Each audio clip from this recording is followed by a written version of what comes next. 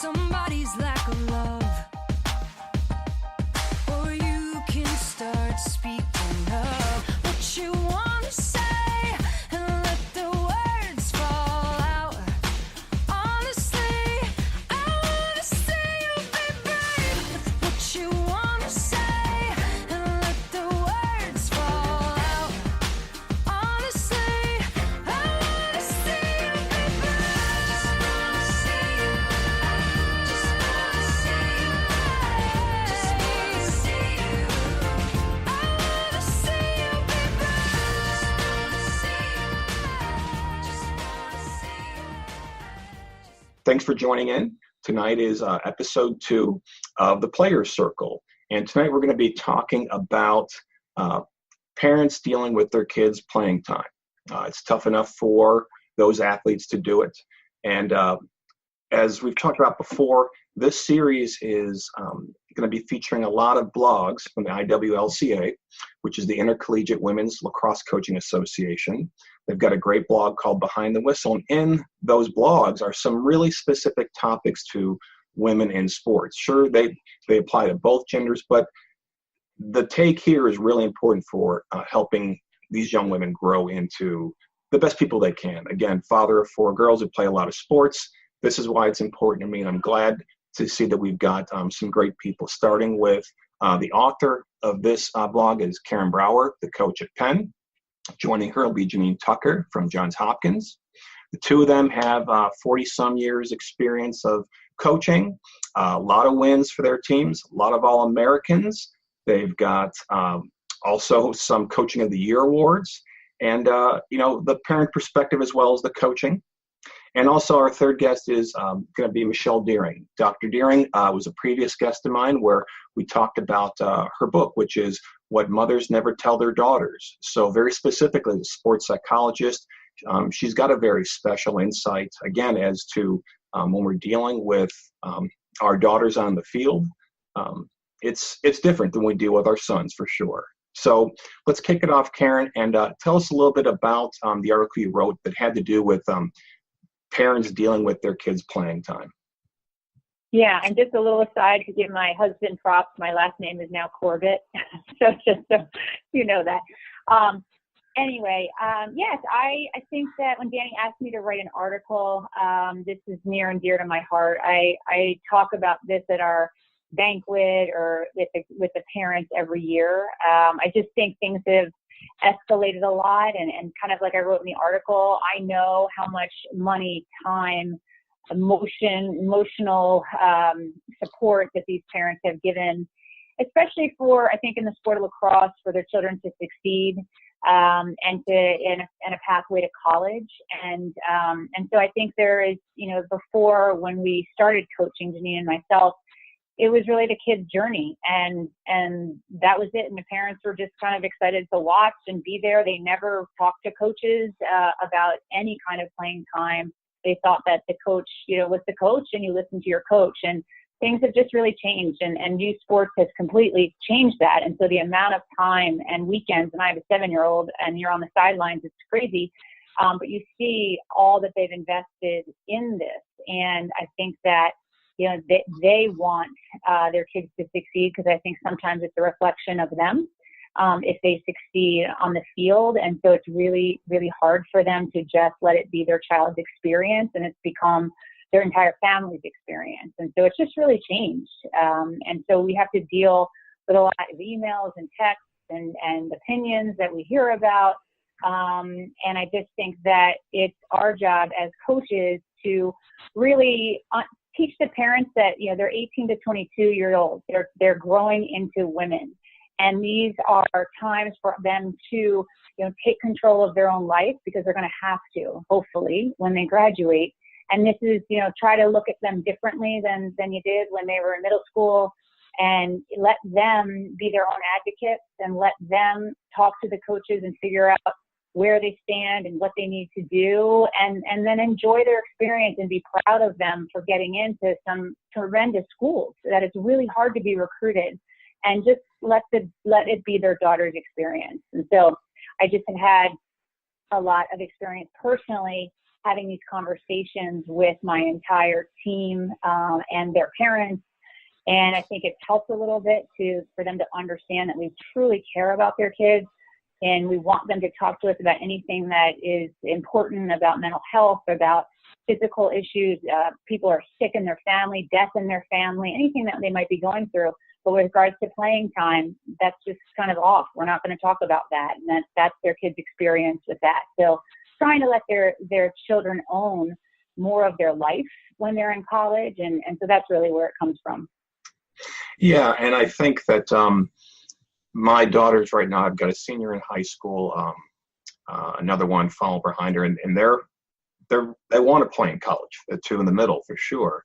And it's difficult, especially when you start playing on club. Even on club, you can become a very much favored player. But like you say, as you go forward, there's fewer and fewer spots available. So I want to ask Janine, what do you think, again, we can get into the traps that Karin talked about that parents can get into, getting a little too attached to their kids, but with helping those that we coach and our own kids, what is a way that we can help them to self-advocate is a term I hear a lot of athletic directors say. What are some things that can get them in a better spot before they get to your level? Well, that's a great question, Dave. First of all, it's great to be on with Karin and Michelle and yourself. And Karin, your article was awesome and spot on, and I could relate to all of it. My boys are 26 and 25, so I went through this as a sports parent from when they were teeny tiny 6-year-olds playing for the Purple Power Shooters, on their first lacrosse team.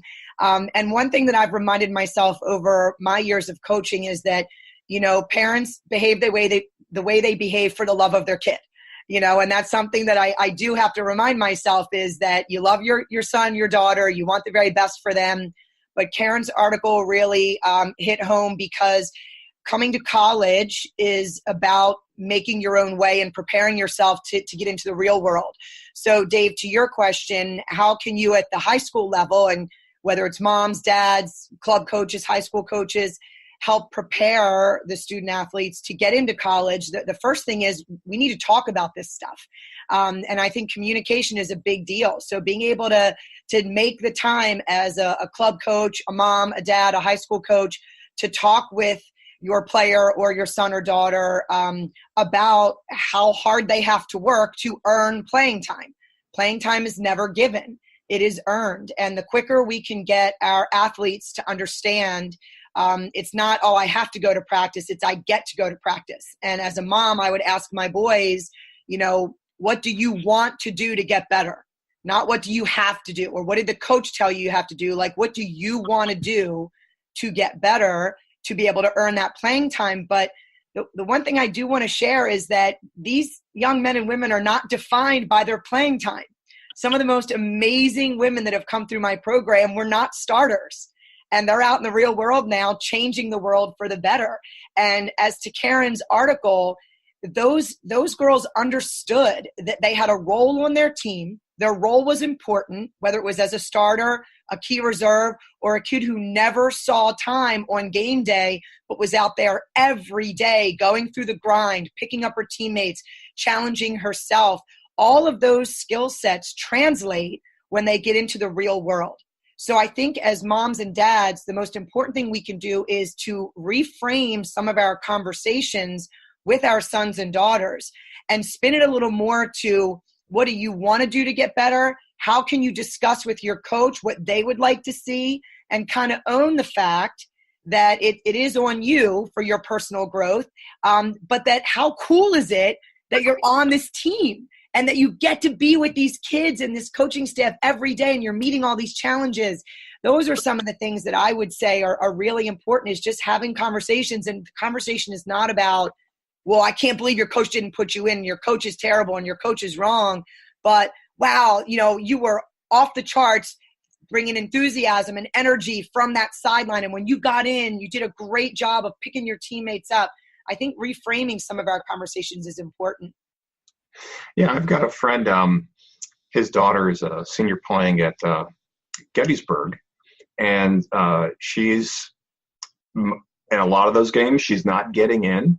But he tells us how it was such an amazing thing for her. And when you see her after the game, and I've seen her a few times, that's where my daughter is going to be playing next year, you would think she got in every game, the look on her face. And her dad was just saying, you know what? She had always been, the sort of the big dog in whatever team. And she kind of needed this to realize that she's playing a big role on making her team, back-to-back champions. And I always think about her because she was always locally top player, well-respected, great kid. But her dad pointed out, said, you know what, though, nobody else would realize this, but she really needed to understand this was a great opportunity for her. The lack of playing time, believe it or not, and her becoming who she's going to, because some people may still believe that there are a lot of full rides out there for women's lacrosse. You're doing it for the love of the sport, to continue it and for the growth. It certainly isn't because it's, a sport that, is leading to post-collegiate sporting careers for the masses. But one thing I did want to ask, because again, you brought up your boys who have been through it and you understand that perspective. Is there something different today because of how intense it is? As Karin was bringing up, it's a very different world, the expectations. The recruiting cycle that got a little bit off track, but you all brought it back now, no longer recruiting 8th graders, but it got pretty nuts from my side with you got to be seen, you got to be seen, you have to be seen. Is it different in how young women handle it versus young men? Is it different in how the women handle it? No, I think I don't know that it's different. I think what is different is the society we live in right now. And I think that social media is playing a huge part in, kids, and feeling like they have to promote themselves, or that if they're not getting attention on some of the social media, then maybe they're not that good. And honestly, like, we're dealing, and Karin and I have both been doing this for a long time. And as coaches, you have to keep up with the times. You have to morph. You have to change your style. And I think that every young guy and young girl coming out of high school wants to make a name for themselves at the collegiate level. The best part that playing their sport can do is help to get them into a phenomenal school. And I think sometimes we're losing sight of the bigger picture, and we're just focusing on the number of goals I score, and we're seeing all this, getting promoted on social media. And I think that's something that we have to talk about. And again, a lot of this really does come back to communication. And one thing that we've done the last few years is we actually put, to help our parents and to help our players, is we put a parent handbook together. And in that handbook, we outline how do you earn your playing time. We outline the kind of young woman that we expect a Hopkins player to be. We outline our coaching style, our mission, our philosophy. We say exactly what Karin said. We'll talk to you about anything but your daughter's playing time, because most of the time, the players know where they fall on the list, and they know who they have to try to be a little bit better than to earn that playing time. And like Karin said, the moms and dads, it's like a dagger to the heart if their child is not the superstar or the starter, but they're losing sight of what that child is actually bringing to their team and how they're making that team better. So I think guys and girls, they're athletes, and they want to play, they want to compete, they want to, they want to make sure that they're contributing. And I think for us, sharing with our parents through that parent handbook, your daughters can contribute in so many different ways, and that's our expectation. And letting the girls know. We meet very frequently. I'm sure Karin does the same thing. We have very regular meetings with our players, and it's not just how are you doing in school and how are you doing with lacrosse, but it's bigger picture stuff, and talking to them about their attitude, their body language, their mindset, how are they affecting their teammates, all of that stuff. I think you gotta make the time to kind of talk through, so that all of a sudden those light bulbs go off, and they start to recognize and appreciate and be grateful for the bigger picture. I'd love to hear what Karin thinks and her answer to your question. Yeah. Yeah. I mean, yeah, I agree. I think that, for these kids, and for parents, it's really important to, as I try to say, I say to my 7-year-old, work hard, have fun, and I love you. And, does it burn me up that he's not aggressive on the field as a coach? Completely. But I don't talk to him about that. I don't talk to the coach about, can you make him more aggressive? I just have to enjoy that he's enjoying it. And I think it's, what is their role? And some of the kids, to be quite honest, really love their roles. I had a kid who didn't play for 4 years at Penn, whose sister was a superstar for Janine. And she wrote the letter about how she grew as a person. And she came to practice every day and worked her heart out and was never getting on the field. And she just said, I wouldn't trade this for the world.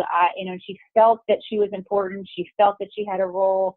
And, everybody looked up to her for how hard she worked. And she was really happy. And her parents were really happy. And it was nothing about her playing time. And that's where I think parents should really ask questions about, how do you love the school, and how are you loving the team, and what do you think your role is on the team? And ask more questions than make statements to them, because I think that you'll see that a lot of that will come out, what they truly love about their experience.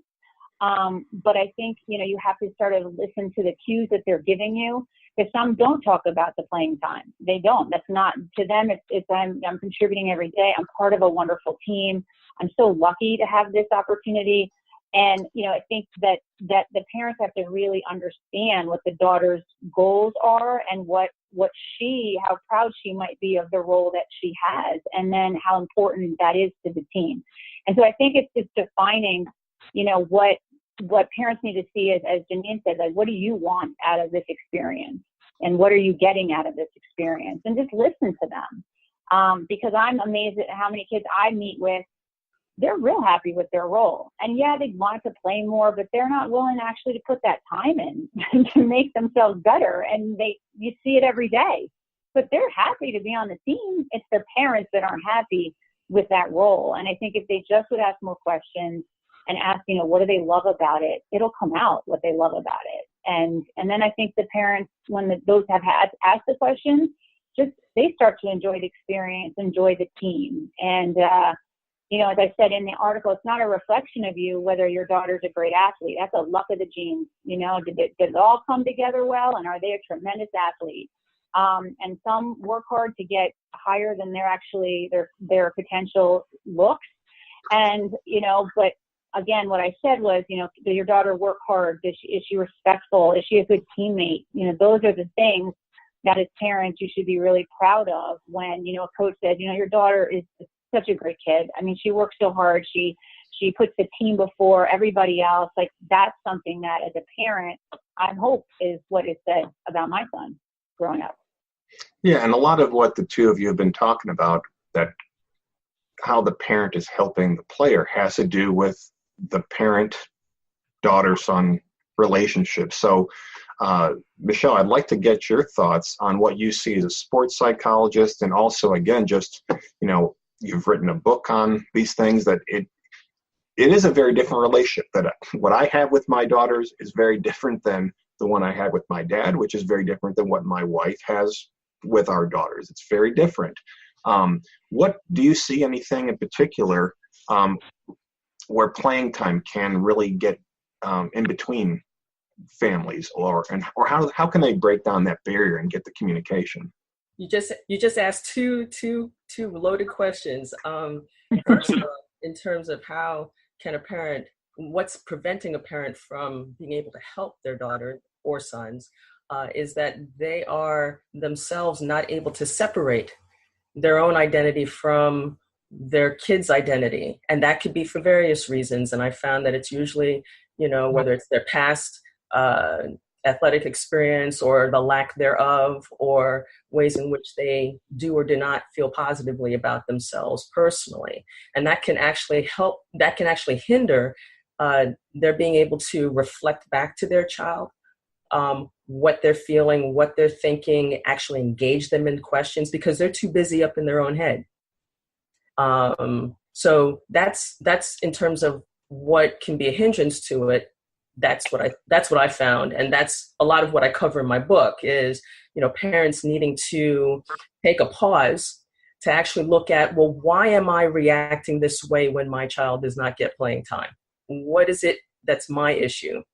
And then how can I get grips on that so that now I can separate myself and actually see my child in their own individual experience. We often hear the term, the apple doesn't fall far from the tree, but the apple can only be an apple if the tree recognizes that it's a tree and is just being a tree as opposed to trying to be the apple. So I think that's one of the things that parents can at least start getting help with. And I love the fact that you guys have written a parent expectation book. I call it the expectation book. I know you call it something else, but it's almost like you're reparenting the parents to actually recognize that there are boundaries that need to be adhered to in terms of you now being the authority role in their young son or daughter's lives, and that they now have to respect that. And I find that a lot of times parents have a hard time doing that, because if you look and go back to even like middle school, elementary school, and the ways in which they are interacting with their child around simple things, whether it's household chores, whether it's how they're treating their peers at that age level, and how they manage social situations or coach and help their child manage social situations at that age, that plays itself out. Because a lot of times when I have a student athlete in front of me who's at the collegiate level, and I'm hearing the discord that's going on between, or the difficulty that they're having to communicate with their coach, I'm asking them questions about, well, what was going on in your family? And inevitably, you will find that there are dynamics that have contributed to where they are now at the collegiate level. So, I'm all about prevention. If we can catch them earlier, that'd be a great thing, to kind of catch them earlier and help them with that, which was one of the impetuses behind my writing my book. Is like, I wanted to help moms in particular, even though dads have benefited from it, to help them at the earlier ages have a strategy for navigating those terrains with their kids. Yeah, and for me as a parent, I was fortunate to not realize how well my dad did not put any expectations on me as I played in high school and things like that, and didn't find out till years later from his friends that he actually was quite an athlete. So that was a good start for me. But really, in the modern day, though, I'll have to say that the clubs that and I've had some do it better than others, but one in particular my daughters played for, they are very, very strong in their rules, the parent expectations. And that's the beginning of each year, the parents meeting, where they're all there and they talk about, you've got to trust the program. And that's a hard thing for a lot of parents to do. And the 24-hour rule, and you'll see high schools and athletic directors say the same thing, that whether it's a parent or a player, if you're upset about something, literally sleep on it. And then after 24 hours, if it's still there, then yes, let's go ahead and advocate for yourself.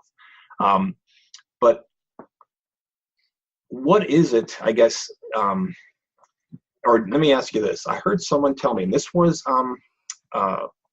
a woman who's been teaching lacrosse for 40, 50 years for U.S. Lacrosse, and she had said, well, girls still need permission to do some things, to say some things and do some things.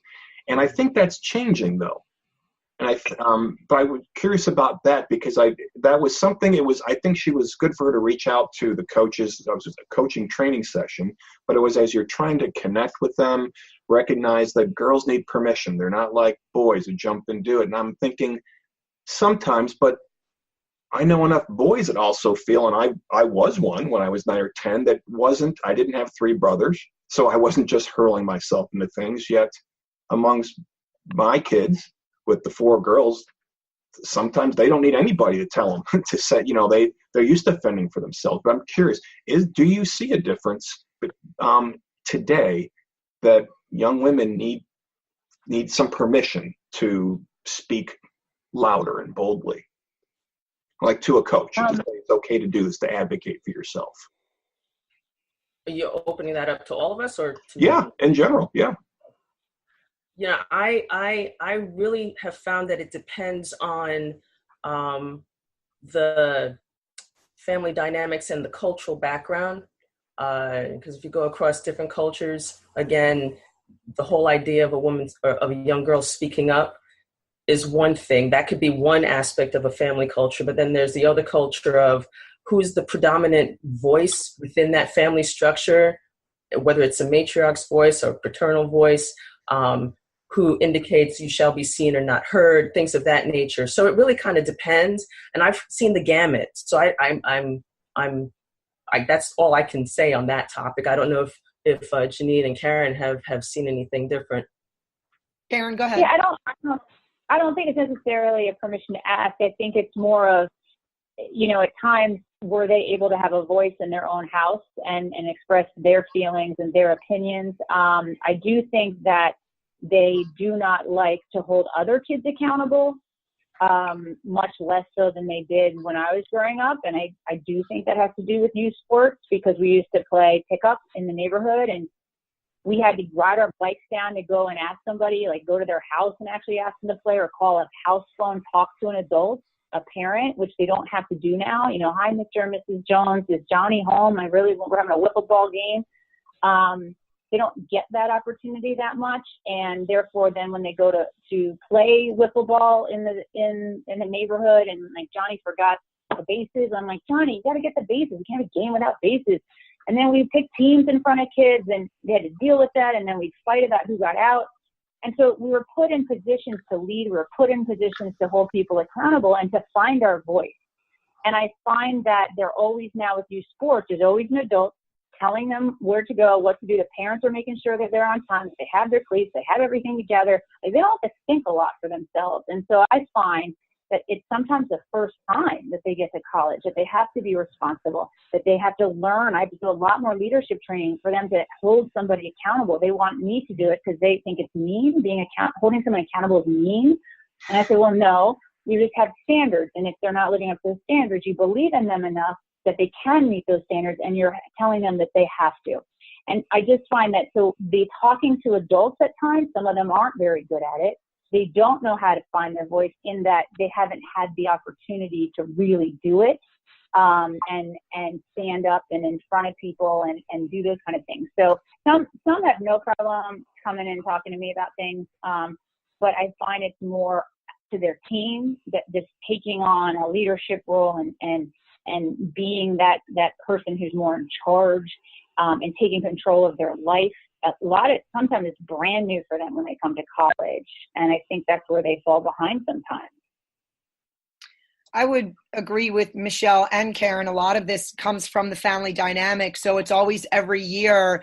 Some of the young women are much more confident, and you can tell that maybe they're the oldest kid in their family, and they've had to watch out for their little ones. And so they're more comfortable speaking up and taking charge and making decisions. And those are sometimes the kids that end up being your captains, where they're used to taking care of some of their younger siblings.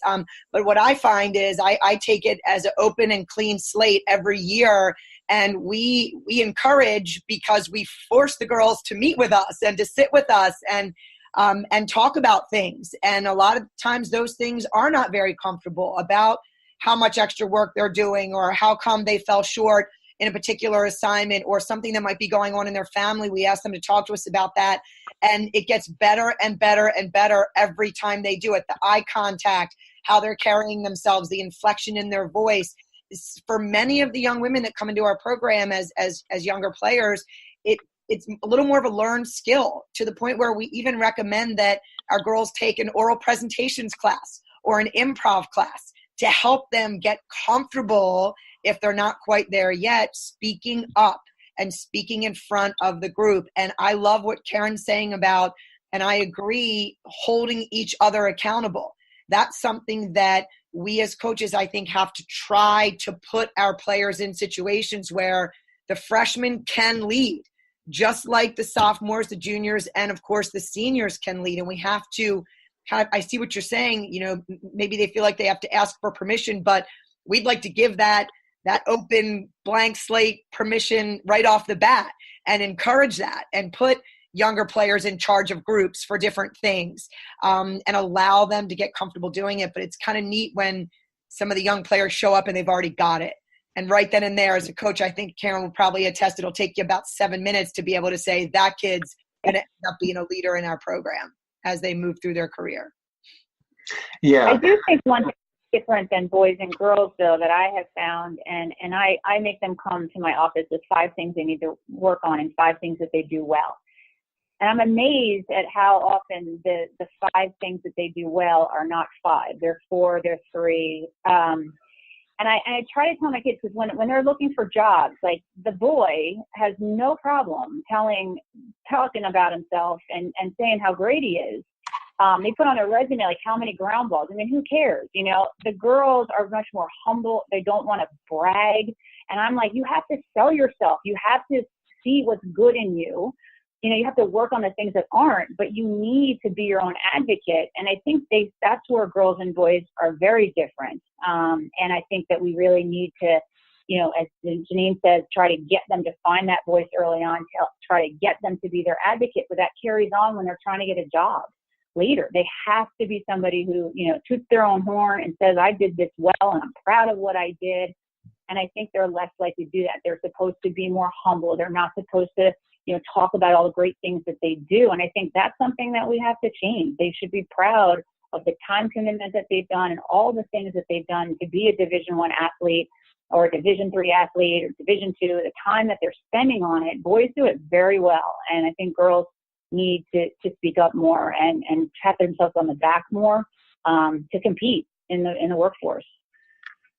Yeah, I completely agree. And that's why I said I don't think necessarily that it's the case that these young women need permission, but it is a different mindset. In fact, the book Brain Games, which talks about we're just learning how people think. And I always remember one anecdote in there. They talk about how little boys can be trying to throw a ball to hit the ceiling or to see how high they can make it go, what branch in the tree. And they'll say, look how high I did it. And the next one's like, fine, I'm going to do it too.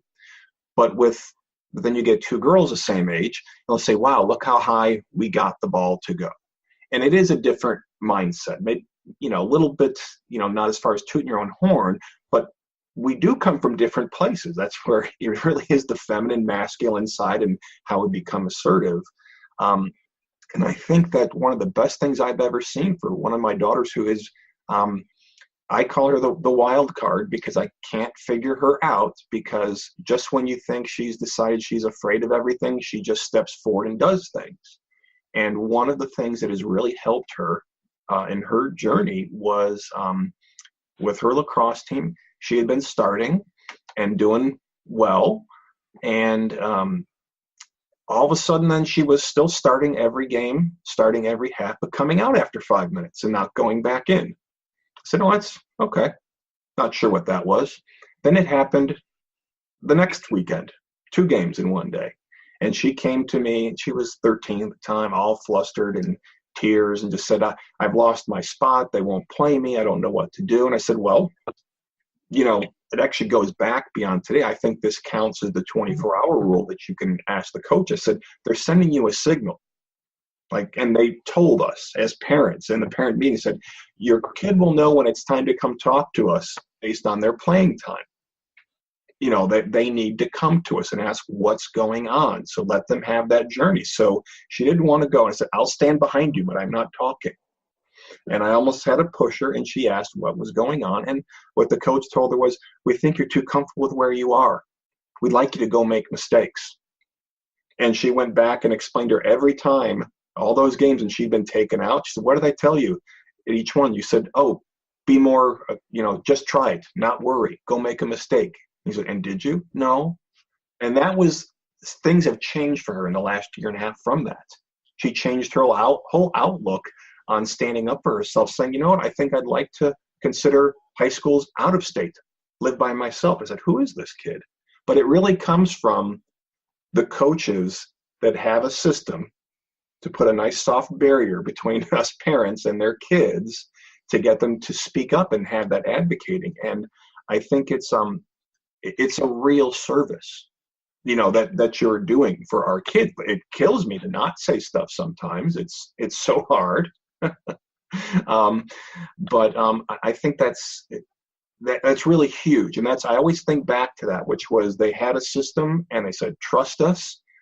And I did. And that girl I almost can't recognize when I see what she does now off the field. I'm not talking about lacrosse, off the field, the things she takes on herself, I know came from that moment, because they just said, we just want you to know that go screw up and we'll give you more playing time. That's what we need you to do. But if you're not going to take advantage of this opportunity, then we'll give someone else the opportunity to go, find themselves. And I think that's such a beautiful example of one, and I know, Karin, you gave kudos to your husband for, your last name.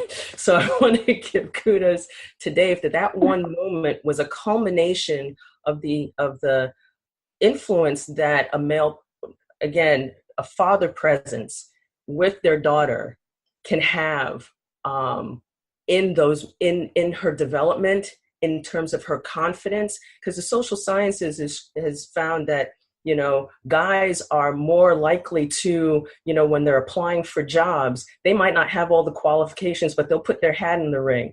Whereas women are like trying to check off to make sure they measure up, before they even try. And what you, Dave, were able to do in that you had a relationship with her such that you could merely stand behind her. And she knew that she could then engage and take that leap to communicate and connect with her coaches in a different way that she hadn't been accustomed to. I think mothers who have that sense of themselves and recognize that their relationship is important can equally have that strong of a presence with their daughters and sons, but also with their daughters in those kinds of developmental moments that are going to be so key for them. Yeah. Janine or Karin, we're going to wrap this up in a few minutes, but anything you want to add to that to close out here? One thing I was thinking of. Oh, go ahead, Karin. There you go. You go ahead. All right. I was just saying, one thing I was sitting here thinking about and thinking how lucky Karin and I are, because we get to have our girls for 4 years. And so we get to watch and live and experience that growth. And that's one of the greatest joys. I mean, I would love to win a national championship. Let's be clear on that. But one of the greatest joys of my job is to be able to watch that little more meek and quiet and not very self-assured young woman come in as a freshman, and then to see how she carries herself and how ready she is to take on the world after 4 years of not an easy task. Like what we're asking these kids to do in college, playing at the highest level of the sport, whether it's Division 1, 2, or 3, you're playing collegiate sports, it is really hard managing their time, their schoolwork, their social scene, their athletics. But what we try to express to these young women is it is the best hard work you're going to do in your life. And we get to watch them grow over those 4 years. And it is just, it's pretty magical when you see these kids go from like start to senior year. I just was getting the chills thinking about it and had a big smile on my face, because I just feel that Karin and I are just, and college coaches are so lucky that we have that time to watch our young women grow. Yeah. And I think, Dave, what you talked about with your daughter was great. I remember this happened to me in high school with my mom. I would come back and complain about the coach. I had transferred to a new school and just thought, the coach kept saying, only one of you is trying. And I was like, well, okay, I might not be great, but I actually am trying. And I'm getting very annoyed at this coach. And I'd tell her and she'd listen to me. And I'd tell her again the next day. And I told her, this went on for about a week. And she said, Karin, but I think that deep down inside, I had hoped my mom would call maybe, so I didn't have to have that difficult conversation. Will she stand up for me and tell her how hard I work? And, I didn't care that my mom wasn't there. I just wanted that, I was 10th grader. And then she said, Karin, if it's really that big a problem, you need to address it with her. It never was a problem again. I never talked about it again. I just moved on and it was fine, and at that moment, I was hit. It's my life. This is my job. My mother's never at practice. I have to prove myself every day to get my due. And that's what I have to do. And I think that, as Janine says, when you see these kids really, go from girls to women into leaders, and you see them just change year after year. And then some of them kind of get it after a year. Some of them God help us, it's like their junior year, that it clicks and they understand they're a role model at that moment. They understand that people are watching them and that it matters what they do. It matters what they say. And they just start to gain so much confidence. It's sad actually when they are seniors and they leave, because we're like, they get it. They finally get it, but they're leaving. But we, again, if they can take this journey, they're ready to tackle the world and do great things and hopefully, one day become great moms and give their daughters that voice when they're younger. And that's what I hope that a lot of us as college coaches can give these girls. I think that's a perfect way to end this one on. And again, I want to thank Karin Corbett from Penn, Janine Tucker from Hopkins, and Michelle Deering, author, for the time here. Again, it was a nice, shorter conversation than the usual show, but it allowed us to get a lot deeper on this topic with the three of you. So again, thank you so much. Thank you. It'll be, baby, just let it be. If it's meant to be, it'll be, baby, just let it be. So won't you ride with me, see where this thing goes. If it's meant to be, it'll be, baby, if it's meant to be. So maybe we do, maybe we don't, maybe we will, maybe we won't. But if it's meant to be, it'll be, baby, just let it be. Sing it, baby. If it's meant to be, it'll be.